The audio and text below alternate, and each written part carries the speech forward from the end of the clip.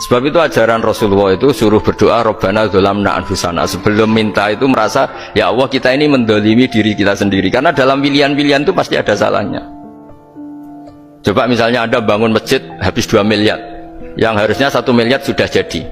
Terus nanti suatu saat ketemu Allah ditanya, itu ada orang miskin, fakir miskin, yatim. Andai kan kamu sumbang 1 miliar itu sejahtera semua. Gara-gara kamu bangun masjid terlalu mewah. Ya tapi kadang-kadang orang kebaikannya itu orientasinya bangun masjid, gak tertarik nyumbang fakir. Saat itu cara berpikir gitu mau apa?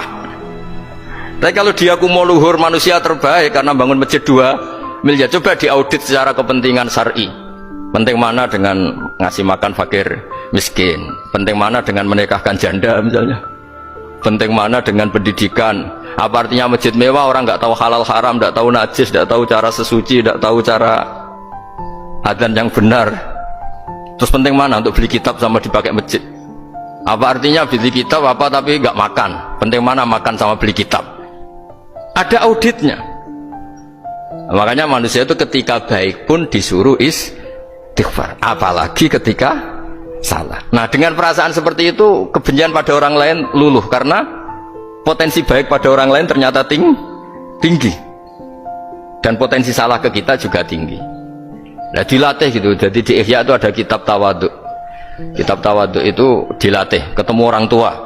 Huwa aksaru ibadatan, dia mesti ibadahnya lebih banyak karena lebih tua timbang saya, pasti sholatnya lebih lama timbang saya. Ketika Anda sudah tua melihat anak-anak, huwa aqallu minni maksiatan, mesti maksiatnya tidak banyak karena masih kecil.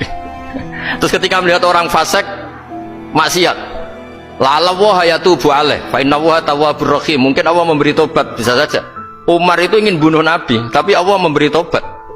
Yang sowan kiai saja tidak mesti dapat tobat. Umar ingin bunuh Nabi, tapi Allah memberi tobat. Akhirnya ya tobat jadi Islam yang baik. Dalam sejarah Wali Songo, Kalijogo sowan Sunan Bonang itu ingin garong, tapi malah jadi muridnya jadi wali. Kalau Allah sudah menghendaki tidak ada ya. Perang Uhud orang Islam kalah itu karena panglimanya siapa? Khalid bin Walid. Tapi dia malah yang dapat hidayah. Nah sama orang yang sekarang Anda benci bisa saja Allah merencanakan ada apa? Hidayah di situ. Dan kita yang merasa benar jangan saja ada rencana Allah bikin kita su'ul khotimah, naudzubillah min dzalik, kan tidak pernah tahu. Nah, dari tidak pernah tahu itu orang diusahakan tawadhu. Wa ma adri ma yuf'alu bi wala bikum, kita tidak pernah tahu.